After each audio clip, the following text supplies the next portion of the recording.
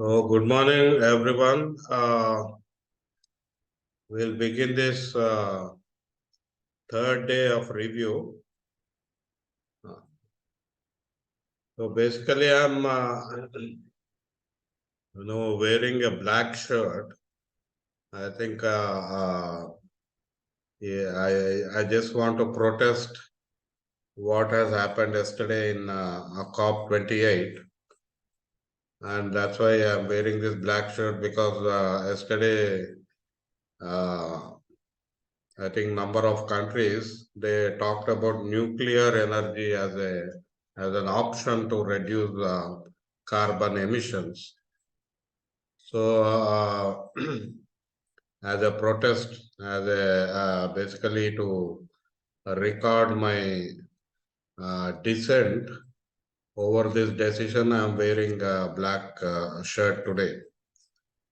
So I'll go into details. So basically, yesterday a lot of events happened, and I think it was a very large number of events. In fact, very overwhelming as well. But I was very surprised, and I think, and also pained because this nuclear energy has been projected yesterday, and I think it's very I mean, it also indicates what we have been saying all along. COP28 and in the COP process, false solutions are being projected, basically to continue with the kind of structure of economy which has brought us to this situation where climate change is, impacting on people, lives, and livelihoods. So you can see this photo where on the background you can see it says tripling nuclear energy by 2050. So, and you can see the world leaders standing there happily beaming that they have found a solution. In fact, they are saying this is the cleanest form of energy. And John Kerry says, I'll come to what John Kerry says because his words are very significant. American climate envoy, John Kerry. This, I just kept this empty because this yesterday, 2nd December was supposed to be World Climate Action Summit, second day of Climate Action Summit. But I could not find any reporting on who spoke, how many spoke, and what did they speak. Something again, it was surprising because I could not find anyone reporting on that.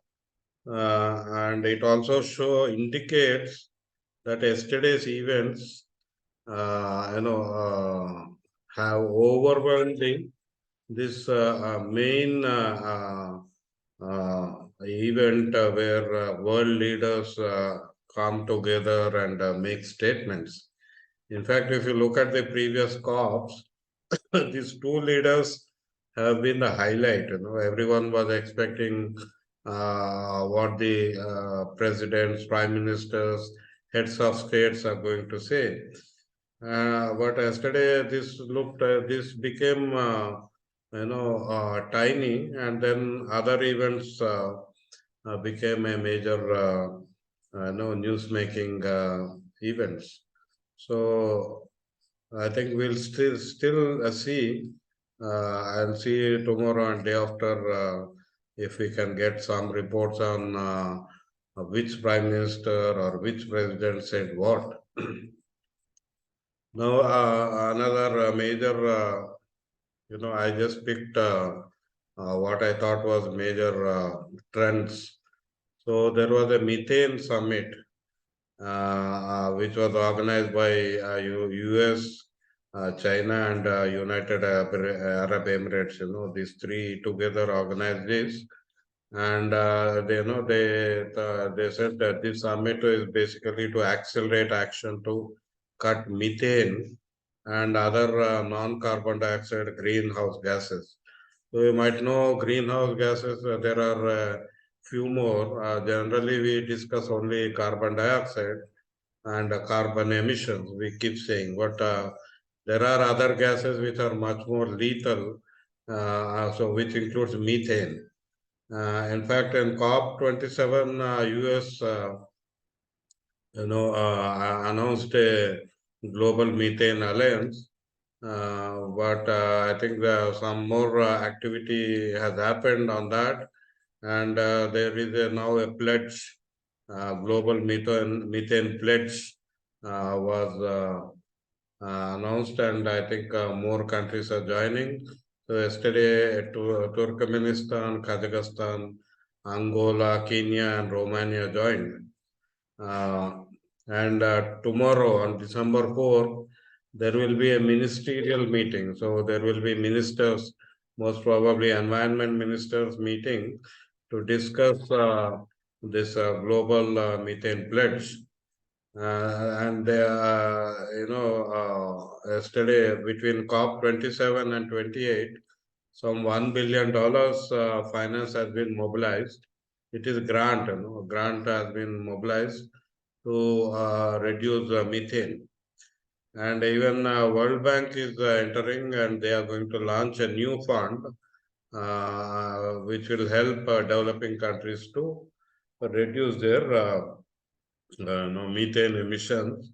So it could target Turkmenistan, smaller developing countries. But significantly, even though China is listed as part of the this summit, but the pledge was reported that they are not joined the pledge to cut their methane output by 30% by 2030. So 150 countries have committed to reduce their methane output by 30% by 2030, by next 7 years. So even India has not joined in this methane pledge. That's what the news says. But I'm surprised that China was declared as part of the summit, but and some reports say they are not part of the pledge. So I don't know what is the is there a communication gap or misinterpreted, whatever. We'll just see again next day, few days. So this methane, again, if you look at the data coming from International Energy Agency, which was put together by Reuters, they show, in each of the continents, what are the sources of methane gas. So in Asia Pacific, here it shows agriculture is the major source of methane. So paddy, paddy areas, paddy production regions, and then cows, number of livestock, they add up to this methane production in Asia Pacific. Of course, in Europe, it could be pigs because a lot of pigs are grown there. Pork industry is very big, and even cows are there. So you can see Europe also shows some substantial agriculture source of methane. Energy is, of course, it includes oil, gas, and even at coal mining areas and other areas. And waste is another source where methane is generated. So, like in Hyderabad, we have Jawaharnagar dump yard, and in Delhi, we have a huge dump yard, and even Bombay. So all these are methane sources, and these have been listed as major sources. Now, within energy sector, you can see oil and gas. Oil, while producing oil or fracking, the entire process of oil extraction and usage, methane is continuously emitted, and you can see again continent-wise how much is released. So here you can see within oil and gas, Asia Pacific is very low, but in agriculture, Asia Pacific is the highest. So again, here Middle East, so which includes UAE, Dubai, Saudi Arabia, and all those other oil countries. Their methane emissions are very high from oil sources. Then Central and South America is also there. No, this is increasing. That's what this graph shows us that between 2000 and 2021, over a period of 22 years, methane emissions are increasing in various phases of fossil fuel production, usage, and consumption. So we can see coal. I think as the coal mining is increasing, coal has become a major source of methane gas as well. So, and then followed by natural gas. So, US, I think, is again a major source of methane from natural gas. And Indonesia, India are sources of coal linked methane gas. And then there is this fossil fuel debate, which is underlying the COP, activities, COP 28. If you see in the last 2 days, COP 28 President Sultan Al Jaber, he was trying to push down the importance of fossil fuel phase out demand. So there has been a demand continuously for agreement or commitments on fossil fuel phase out, which includes oil, gas, and coal. But COP 28 is trying to push it down, saying we need to negotiate, we need to have a plan of reduction. But then yesterday, Secretary General of UN, Antonio Guterres, he he emphasized, in fact, in the presence of COP 28 president, he said we cannot, talk about climate action while we have a fire hose of fossil fuels. So he was emphasizing on fossil fuel as a focus point for COP 28 action. So this underlying tension within COP 28, within UN bodies, and then the UAE, which is organizing this COP 28, is still there. So we have only passed now 3 days. So we need to see next 10 days how this tension is going to play out. But then yesterday, as Sultan Al Jaber, he announced about 1 week back that he will bring oil companies to the negotiating table. And now, yesterday, they made a pledge to reach near zero of methane emissions. So they are not talking of reduction in oil production or oil and gas mining. So now, so all the major companies have joined. Saudi Aramco, I think Saudi Aramco has shares. So Reliance India has shares in Saudi Aramco. So Brazil's Petrobras, and Shell is there, Total Energy, BP. So all these companies yesterday they pledged that they will reduce methane emission. But on the other hand, there is a demand by at least 10 countries and 2000 plus civil society organization. They are demanding for a fossil fuel non-proliferation treaty. So they don't want a fossil fuel proliferation. They want a reduction. So that treaty, support for that demand for fossil fuel non-proliferation treaty is increasing every day. But these 10 countries are small countries, Tuvalu, all these Angola, kind of very small countries. So we need to see if major countries are going to join this call. There have been number of side events, again, as yesterday and day before. So I could just see if some 14 side events. There are many more. And similarly, yesterday, Business and Philanthropy Climate Forum, they organized meetings on December 1st and December 2nd as well. So, so for this first 3 days, the green zone day pass was only for invitees, so it was not open. So green zone usually they said it is open, but for the first 3 days, so 30th November, for December 1st and December 2nd, it was only for invitees. So that means whatever we have been reporting or looking at yesterday, day before, and the other day, they are all organized, planned, and invited people only. It's not a common, open for everyone kind of events, which is again significant. I'm just trying to underline that for your understanding. There have been a number of announcements yesterday.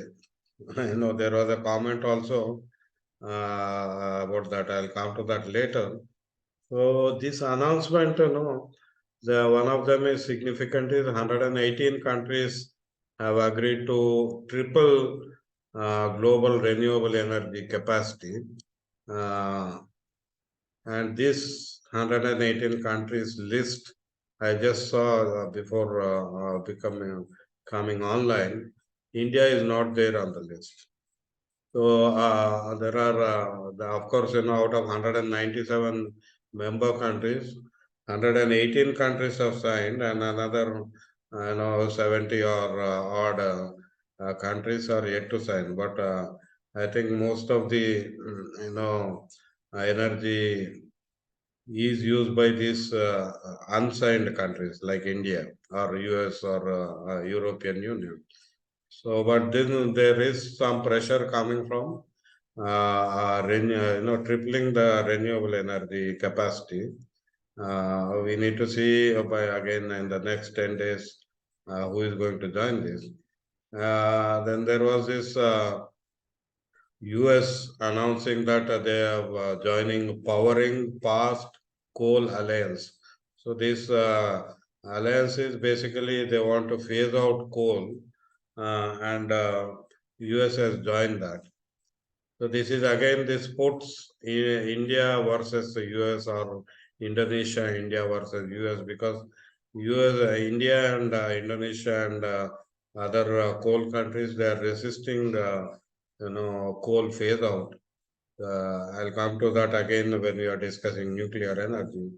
Then US announced $50 million additional funds to adapt crops and invest in fertile and healthy soils.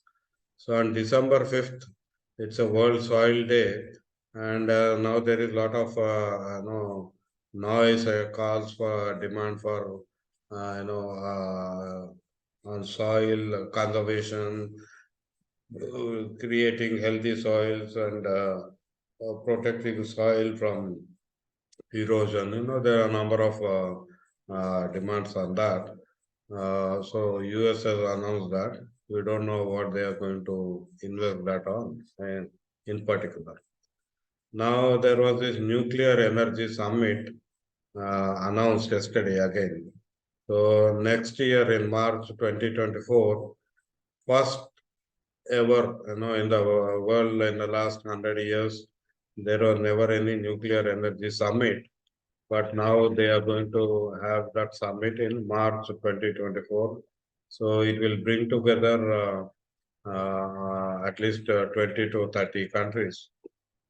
And as we mentioned, 50 companies, they have signed a decarbonization charter. I have a copy of that charter, but I think they are just talking of methane emission reduction. And it has been criticized by civil society groups. I think some 150 civil society groups released a letter saying that this is a smoke screen to actual reduction in fossil fuel usage. Now, Colombia, which is again a major fossil fuel producer, they have signed another alliance calling for fossil fuel non-proliferation treaty, which I mentioned in the previous slide. So I think this is the big first major fossil fuel producer which has joined this call for fossil fuel non-proliferation treaty. So we need to see if other oil producers like Russia, OPEC, and all these other countries are going to join this or not.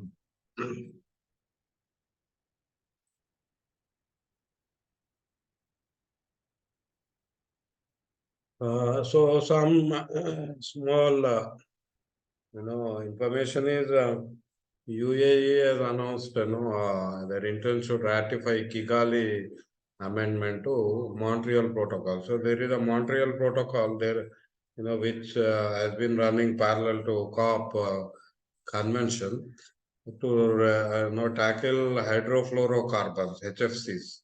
So there is a amendment which has been pending, and not many countries have signed on it. So this Kigali amendment targets these hydrofluorocarbons, and there is a multilateral fund which helps the countries to transition from HFCs to non-HFC kind of technologies. So like what we see in our refrigerator, our refrigerators use this hydrofluorocarbons, but I think CFCs have been phased out, but even HFCs need to be phased out. Then interestingly, I found yesterday there was a global cooling pledge. So this cooling pledge targets global cooling related emissions. So cooling related is basically, industries have a lot of cooling units, and of course in at homes also cooling units are there. So the for cooling, while cooling there are emissions. So this pledge is targeting those emissions, and they want to reduce those cooling related emissions. Then nuclear energy, as I mentioned, 20 countries have joined call for tripling of nuclear energy. India is not there in this, but but I'll tell you an interesting point later. So the as I mentioned, there are comments. There was this one Mr. Muhammad Adaw. He said the flurry of announcements coming out of COP28 are largely to be welcome. It's good to see countries and companies taking voluntary action to cut emissions, to boost and deliver climate finance. But we need to remember COP28 is not a trade show and a press conference. It's an international negotiation, and that is still the most important part. So someone who is there sitting and throughout the day seeing some 50 announcements, number of alliances, press conferences, all this, is called verbose, which I think Greta Thunberg, derided in Glasgow summit. But what is the actual negotiation? I think that's what we are all interested. But actual negotiation is underreported. And then you see this flamboyant announcements which are coming out. Now you can see Sadhguru, our Indian guru is there, Jaggi was there. He was there in the COP28, and he is saying soil is the ultimate unifier, stresses of revitalization policies. And Prime Minister himself also spoke in different events yesterday also. He said for the global good, it is important that the rights of everyone are protected and everyone has equal participation. I thought this is significant coming from Indian Prime Minister because civil society has for long been saying their slogan was nothing about us without us. So I think the Prime Minister Modi seems to have endorsed this, but I hope this will be replicated within India. So I hope government of India will walk the talk, so to say. And Modi gave a call for developed countries to reduce their carbon footprint at the earliest possible. So this is the photo where Jaggi was there, Sadhguru. So it's called Faith Pavilion. So I think there is a Faith Pavilion today also. We'll come to that. But then there is another comment, they say they are linking, India has linked G20 with COP28. Prime Minister Modi himself extensively referred to the work done by G20 in the last 6, 7, 8 months in India and their linkage with the climate change negotiation. But someone is saying disinformation leading the narrative at COP28 is the biggest threat to climate progress and negotiation. So G20 commitments also are on a sliding scale of ambition. That means ambition is reducing. Ambiguous language is being used. Like yesterday we said, language is very ambiguous. Targets are not there. Specificity is very less. So I think this is becoming a very big challenge for people who are trying to understand the COP negotiations. I'm rushing because a lot more needs to be discussed today. Now there was again yesterday event of climate health, linking climate change impacts with health. So World Health Organization, along with the UAE, they organized this event yesterday. So they gave a call. There was a COP28 UAE Declaration on Climate and Health. So which wants to target climate action to improve the health and basically to accelerate development of climate resilient, sustainable and equitable health systems. So what it means, again, we have to go into detail, but already 123 countries have endorsed. And today, I think today or tomorrow, there is going to be a ministerial of health ministers. So this is the first time in the COP history, 28 years of history, that health ministers are attending the COP and they're going to discuss what to do when the climate action is linked with the health. So, I'm concerned here because you can see a lot of private players entering. Wellcome Trust, Rockefeller Foundation, Bloomberg Philanthropies, Bayer Foundation. Bayer is a pesticide and a seed company, and their foundation is also there. There are other foundations are part of this, and importantly, Bill and Melinda Gates Foundation. So, like World Health Organization, now they are trying to negotiate amendments to international health regulations.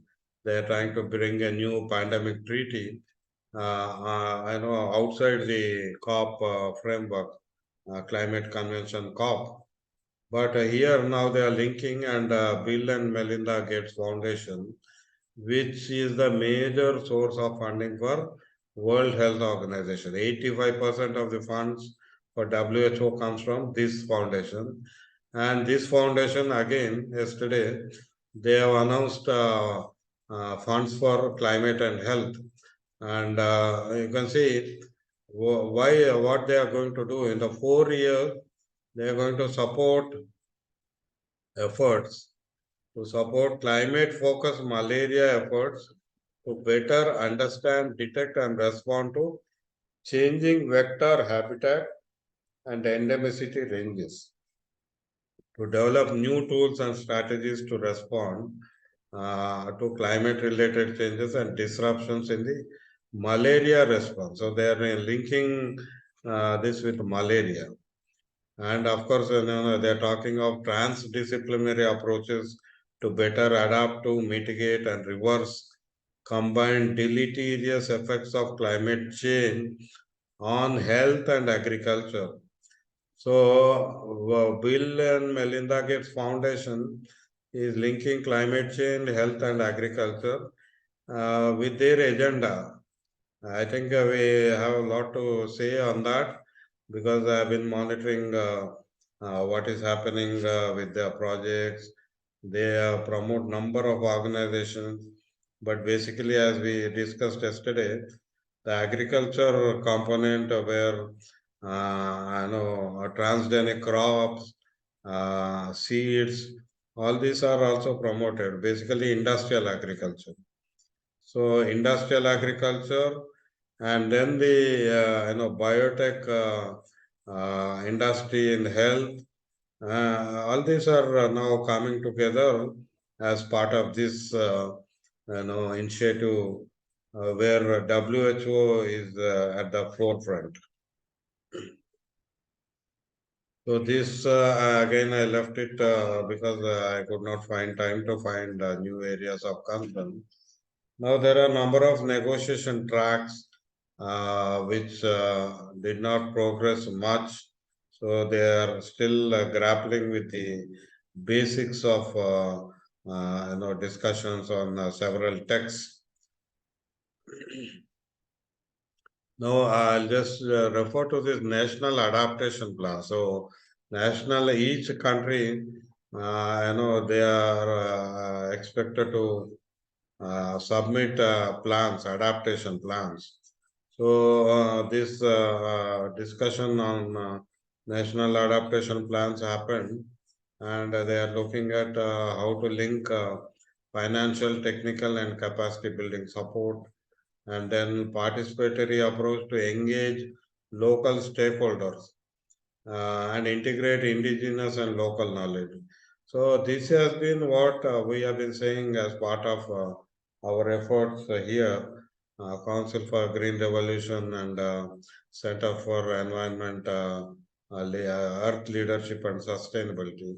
So we are saying local stakeholders need to be engaged about plans, about all the activities, actions which are linked with climate negotiations.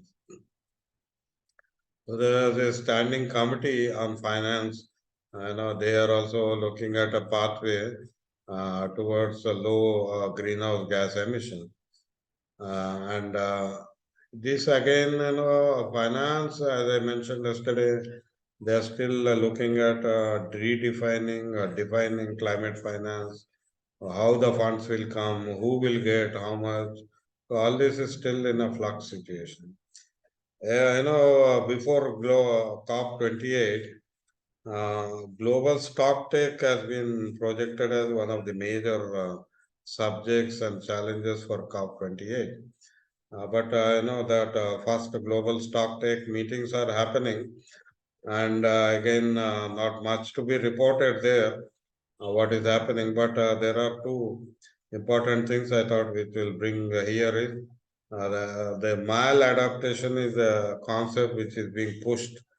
Basically, it is about the course taken in adaptation So this has been brought by in developed countries. They are saying if there is maladaptation, that means if they don't go the path which the developed countries want to go, then there may not be any finance there.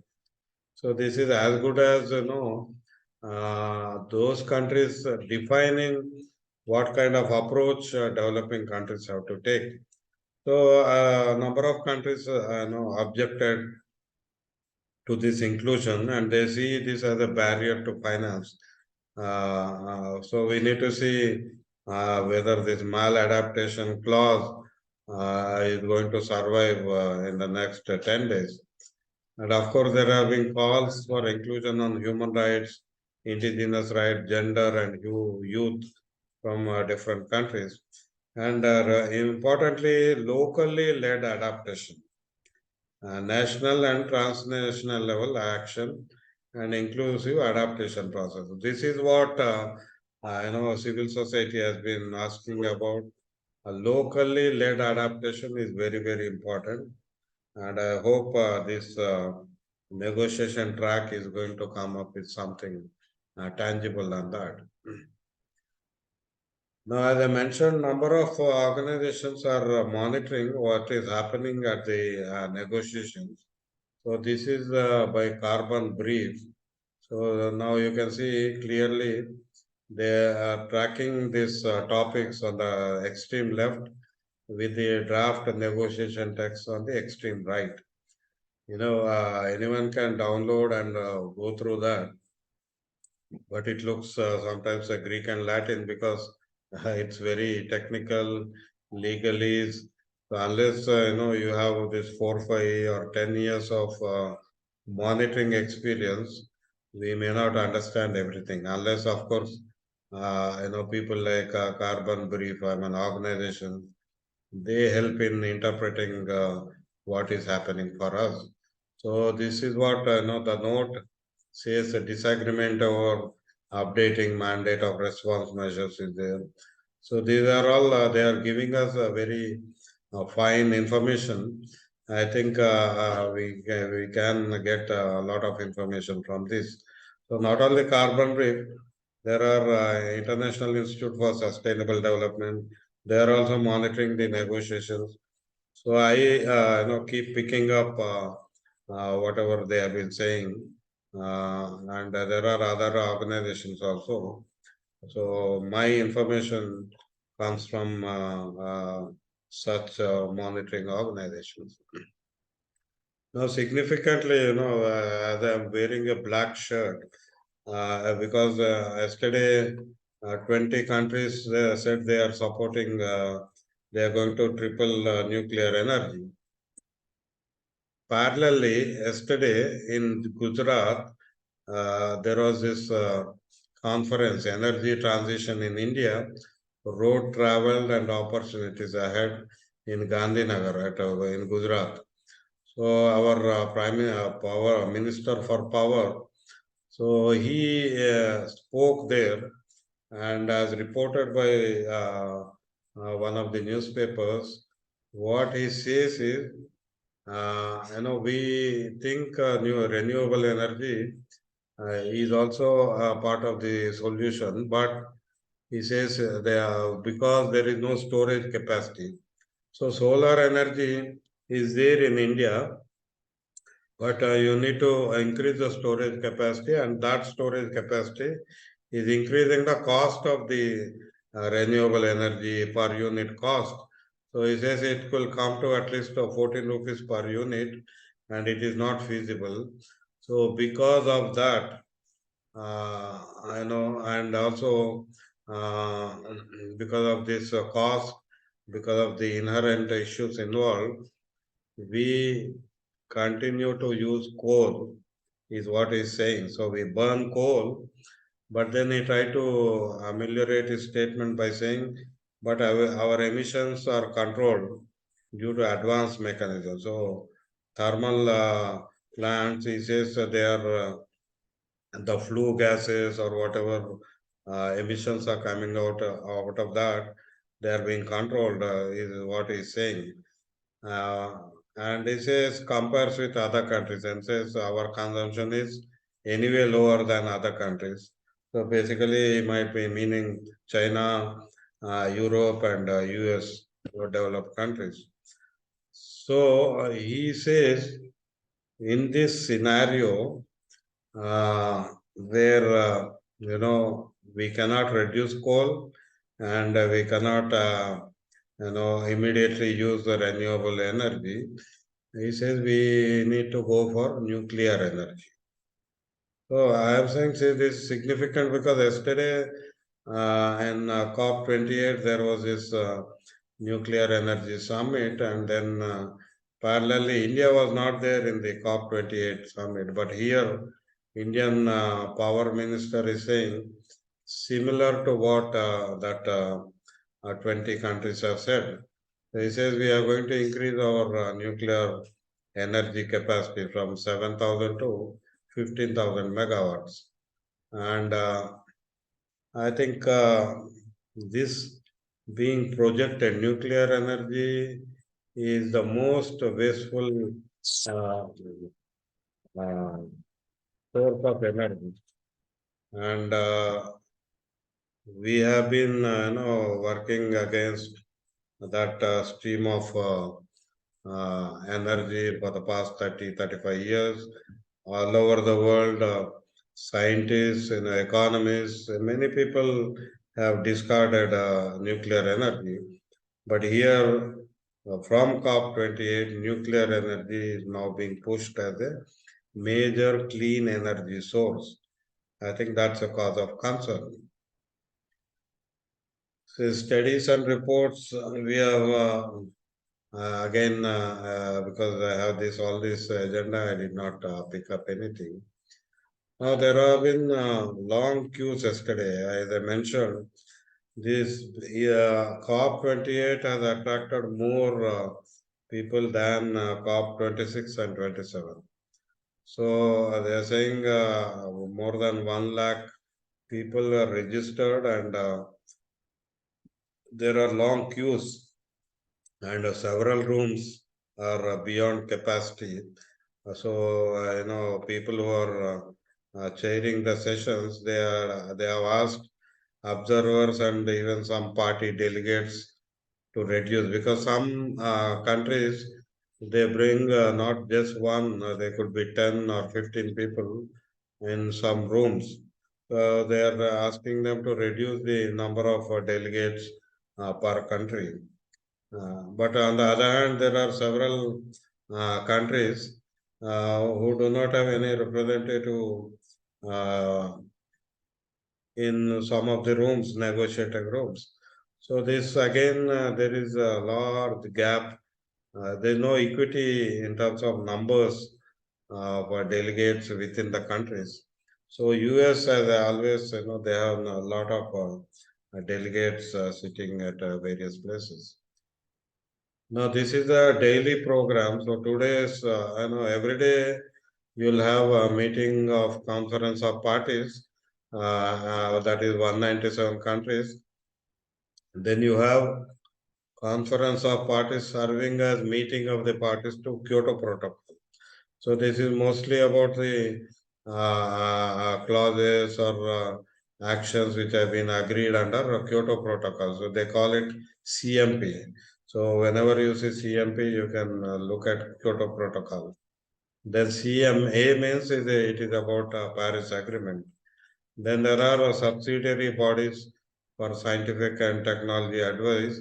So these are mostly scientists and all those related with research and work on that. There is subsidiary body for implementation, SBI, and there are a number of subsidiary bodies also. So every day there will be special meetings and events like this pledge meetings, declaration meetings. Then there are action events, capacity building events, and there are side events, pavilion events like a faith pavilion, and there are closed meetings. So this is what I thought I'll bring it to you notice.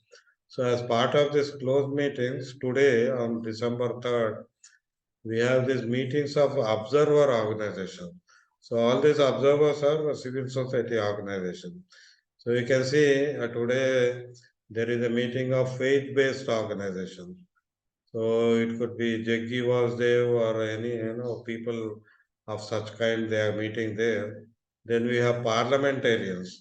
So I don't have information if any Indian parliament a member is there, but parliament members are also meeting there. Then you have bingos, business and industrial organizations, environmental non-governmental organizations, then farmers and agricultural non-governmental organizations, indigenous people, Adivasi people organizations. Then you have local governments and municipal authorities, mostly mayors, those people are also there. Then you have research and independent non-governmental organizations. So this could be think tanks, all these people who produce reports, research, all those people are there. Then you have trade union non-governmental organizations. So these are all trade union related, looking for labor rights, promoting them. Then you have women and gender, constituency organization. Youth organizations are also there. Then disability caucus, again disability organizations are there.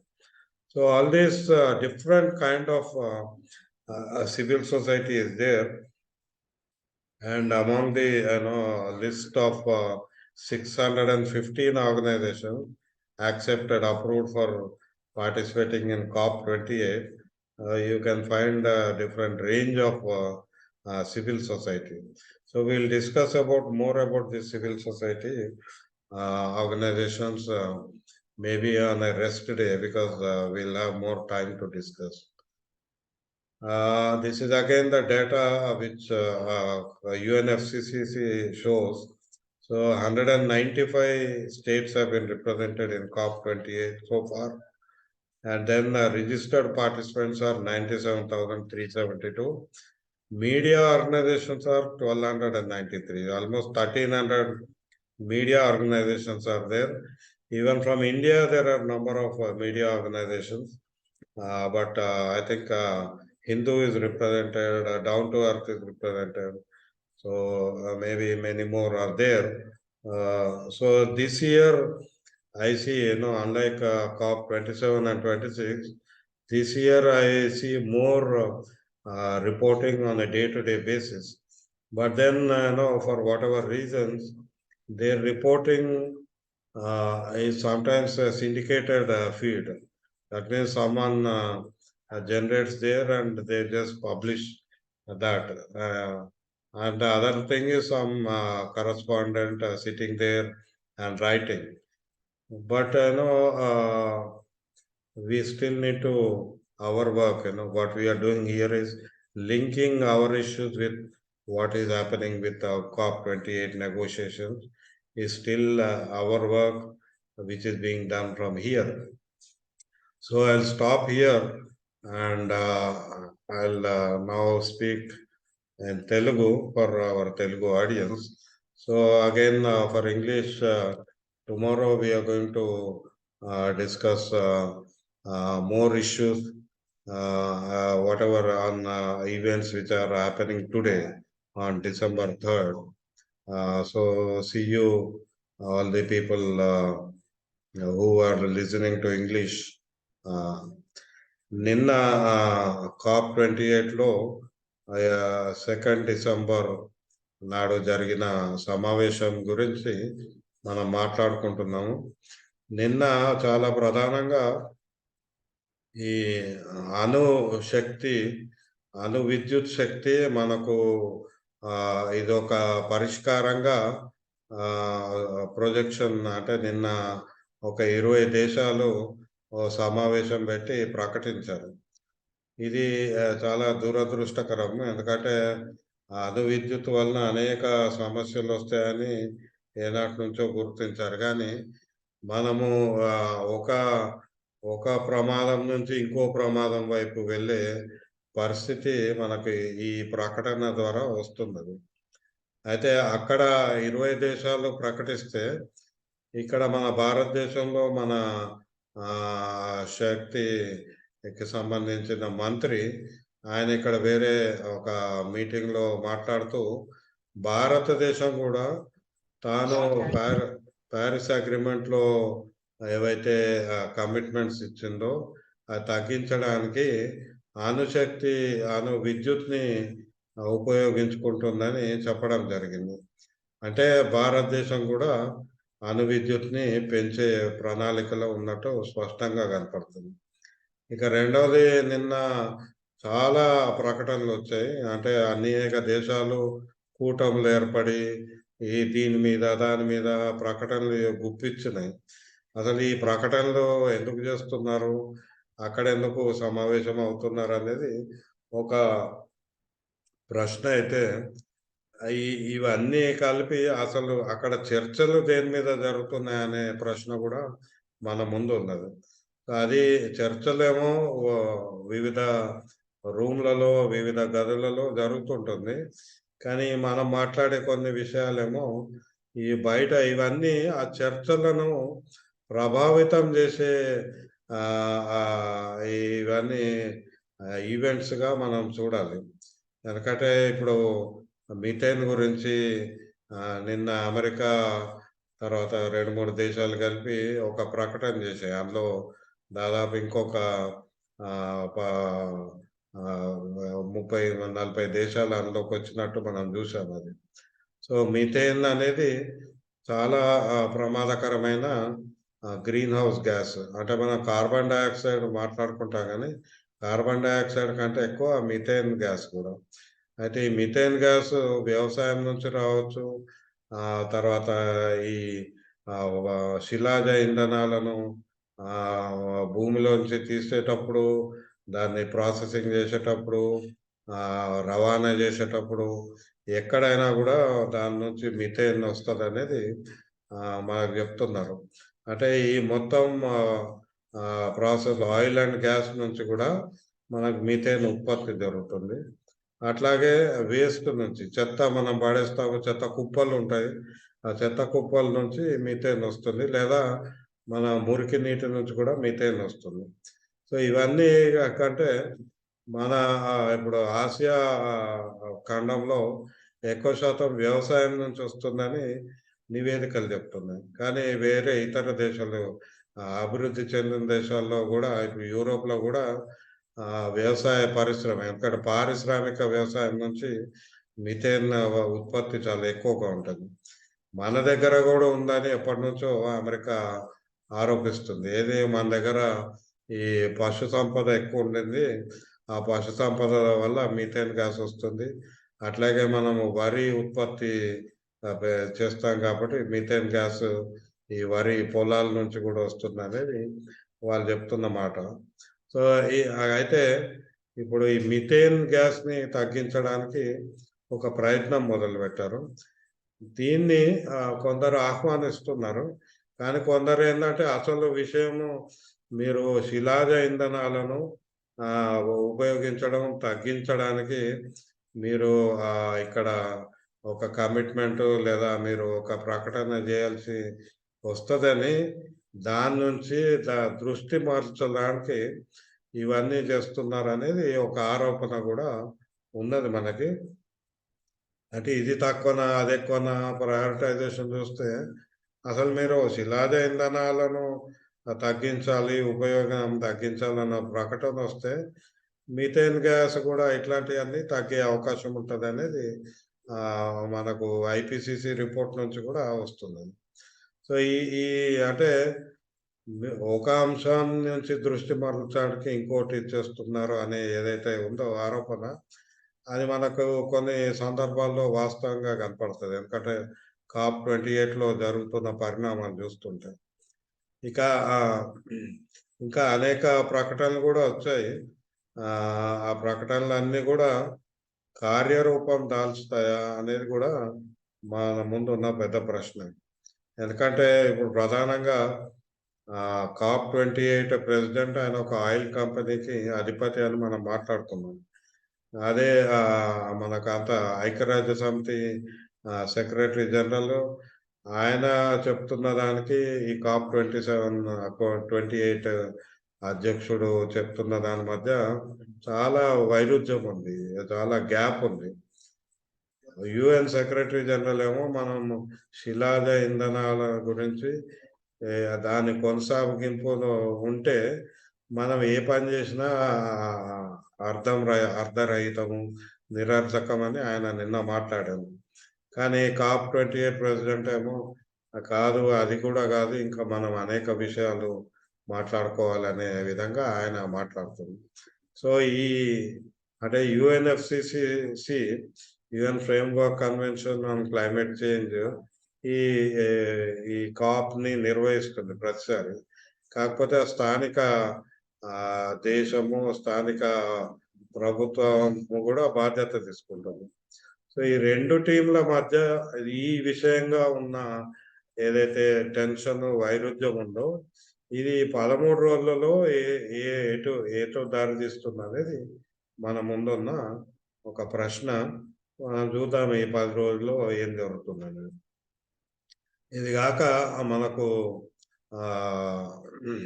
ఇప్పుడు నిన్న జరిగిన సమావేశాల్లో ఏదైతే చర్చలు జరిగినాయో చాలా రూమ్లలో చర్చలు జరుగుతున్నాయి. కానీ అన్నీ కూడా ప్రాథమిక స్థాయిలోనే ఉన్నాయి. ఇప్పుడు మన COP28 మొదలయ్యే ముందు గ్లోబల్ స్టాక్ టేక్ అనే అంశము, అంటే ప్యారిస్ అగ్రిమెంట్లో పెట్టిన ఒక క్లాజ్ ఏంటంటే ప్యారిస్ అగ్రిమెంట్లో ఒప్పందంలో ప్రతి దేశము తమ ఉద్గారాలను తగ్గించుకోవడానికి వాళ్ళు కొన్ని వాగ్దానం చేశారు. ఆ వాగ్దానాలు ఏ మేరకు అమలైనాయి అనేది చూడడమే గ్లోబల్ స్టాక్ టేక్. అది ప్రతి 5 సంవత్సరాలకు చేయాలని ఆ ఒప్పందంలోనే ఉంది. కానీ ఇప్పటికే ఇది మొట్టమొదటి గ్లోబల్ స్టాక్ టేక్. అంటే ఎక్కడ ఉన్నాము, మనం ఎంతవరకు సాధించాము, ఇవన్నీ అంచనా వేయడానికి అది ఉంది. అది చాలా ముఖ్యమైన ఈ ఎజెండా అంశమని మనకు నిపుణులు చెప్తున్నారు COP28లో. కానీ నిన్న మొన్న ఈ గ్లోబల్ స్టాక్ టేక్ మీద ఏవైతే చర్చలు లోపట జరుగుతున్నాయో వాళ్ళు ఇంకా ప్రాథమిక స్థాయిలోనే ఉన్నట్టు మనకు కనపడుతుంది. అంటే వాళ్ళు జనరల్గా ఒక టెక్స్ట్ తయారు చేస్తారు. అంటే 4-5 పేజీలు ఎవరో ప్రతిపాదిస్తారు. ఈ ప్రతిపాదనల మీద చర్చ జరుగుతుంది. అసలు ఇదే ప్రతిపాదన ఉండాలన్నా, ఇంకేమన్నా ఉండాలన్నా, ఇవే నడుస్తున్నాయి ఇప్పుడు. అయితే ఈ అనేక విషయాలు ఇప్పుడు ఫైనాన్స్ కానీ, గ్లోబల్ స్టాక్ టేక్ కానీ, అడాప్టేషన్, ఇవన్నీ అంశాలలో చర్చలు నిన్న జరిగిన దాంట్లో నాకు ముఖ్యమైన అనిపించిన ఏంటంటే కొన్ని చోట్ల ఈ స్థానికుల యొక్క హక్కుల గురించి, హ్యూమన్ రైట్స్ గురించి ప్రస్తావన ఉండాలనేది ఒకటైతే, స్థానికుల జ్ఞానము, అంటే ఇప్పుడు మనం జీవనోపాధులు ఎక్కడైతే జరుగుతున్నది వ్యవసాయం కావచ్చు, ఇంకా ఇతర అనేక రకాల జీవనోపాధులు, వాటి వెనకాలన్న ఆ జ్ఞానాన్ని ఉపయోగించుకొని ఈ వాతావరణ మార్పుల వల్ల జరిగే వైపరీత్యాలు కానీ, ప్రమాదాల నుంచి బయటపడవచ్చు. దాన్ని గుర్తించాలని కొన్ని చర్చల్లో కొందరు ఆ అంశము పెట్టాలని కూడా మాట్లాడడం జరిగింది. అది ఎంతవరకు మళ్ళీ అందులో పొందుపరుస్తారనేది మనం చూడాలి. అది దాంతోపాటు ఆదివాసీలు, ఎందుకంటే ఇప్పుడు అడవిని పెంచాలి, జీవ వైవిధ్యం పెంచాలంటే ఎవరో ఫారెస్ట్ చదివిన వాళ్ళు కాదు, ఆదివాసీలు. ఎందుకంటే వాళ్ళ తరతరాల నుంచి వాళ్ళకు వస్తున్న జ్ఞానం కానీ, వాళ్ళ జీవన శైలి కానీ, ఇవన్నీ అడవిని పెంచే విధంగా ఉంటాయి. కాబట్టి వాళ్ళ సంప్రదాయాలు కానీ, వాళ్ళ విధానాలు కానీ, అవన్నిటినీ కూడా మనం ఈ అడాప్టేషన్లో, మిటిగేషన్లో తీసుకోవాలనేది కొందరు ఆ చర్చల్లో భాగంగా చెప్తున్నారు. మరి అది ఏ మేరకు అందులో పెడతారు, దాన్ని చూస్తారు అనేది మనం చూడాలి. చివరిగా నిన్న ప్రపంచ ఆరోగ్య సంస్థ మొట్టమొదటిసారి క్లైమేట్ చేంజ్ ఈ చర్చల్లో భాగంగా మనకు ఆరోగ్యం గురించి ప్రస్తావన తీసుకొచ్చారు. ఆరోగ్యం మీద నిన్న ఒక డిక్లరేషన్ కూడా ఇవ్వడం జరిగింది. అంటే ఈ క్లైమేట్ చేంజ్ వలన మన అన్ని రకాల ఉత్పత్తులు దెబ్బతిన్నాయి. వాటి వలన మన ఆరోగ్యం కూడా దెబ్బతింటుంది. కాబట్టి మనం ఆరోగ్యాన్ని మనుషుల ఆరోగ్యాన్ని ఎట్లా కాపాడుకోవాలనే దాని మీద కూడా మనం చర్చించాలని వాళ్ళు ఈ డిక్లరేషన్ తీసుకురావడం జరిగింది. కాకపోతే ప్రపంచ ఆరోగ్య సంస్థ ఇక్కడ కాపు కాకుండా బయట 2 అంతర్జాతీయ ఒప్పందాలు తయారు చేస్తున్నారు. వాటి మీద మేము ఎప్పటినుంచో గమనిస్తా ఉన్నాము. వీటిని అనుసంధానం చేసే ప్రక్రియ కూడా నిన్న COP28లో మొదలైనట్టు మనకు కనపడుతుంది. నా దృష్టిలో ఇది చాలా ప్రమాదకరమైన పరిణామం. ఎందుకంటే దీని ద్వారా ఇప్పటికే ఫార్మా రంగంలో, వ్యవసాయ రంగంలో, తర్వాత బయోటెక్ రంగంలో, డిజిటల్ రంగంలో ఉన్న పెద్ద పెద్ద కంపెనీలు, ఈ ఫౌండేషన్స్ వీళ్ళందరూ ప్రపంచ ఆరోగ్య సంస్థతోటి కలిసి ఇక్కడికి వచ్చి వాళ్ళ యొక్క ఎజెండాను, వాళ్ళ యొక్క వ్యాపారాలను, వాళ్ళ యొక్క టెక్నాలజీలను, వాళ్ళ ఆలోచనలను, వాళ్ళ పరిష్కారాలను ముందుకి తీసుకెళ్లే ప్రయత్నము దీని ద్వారా చేస్తున్నట్టు కనపడుతుంది. ఈరోజు రేపు ఈ వైద్య ఆరోగ్య శాఖ మంత్రులు అక్కడ మొట్టమొదటిసారి COPలో సమావేశం జరపబోతున్నారు. హెల్త్ మినిస్టర్స్ మీటింగ్ ఉంది. అది బహుశా రేపు ఉండొచ్చు. సో వాళ్ళు ఏం మాట్లాడతారో మరి దాని ద్వారా ఏ విధమైన మార్పు ఈ చర్చల్లో తీసుకొస్తారనేది అది కూడా మనము గమనించి మాట్లాడుకుందాం. సో ఈరోజు అంటే నిన్న జరిగిన సమావేశాల సారాంశం ఇది. మళ్ళీ రేపు కలుసుకుందాము. ధన్యవాదాలు.